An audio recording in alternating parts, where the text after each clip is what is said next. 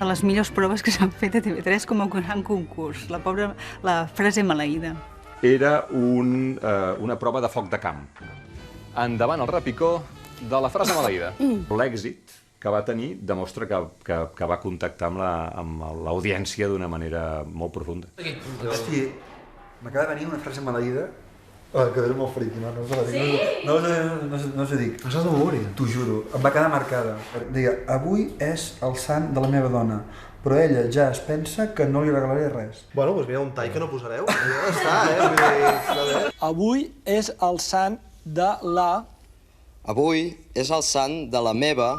Avui és el sant de la meva dona.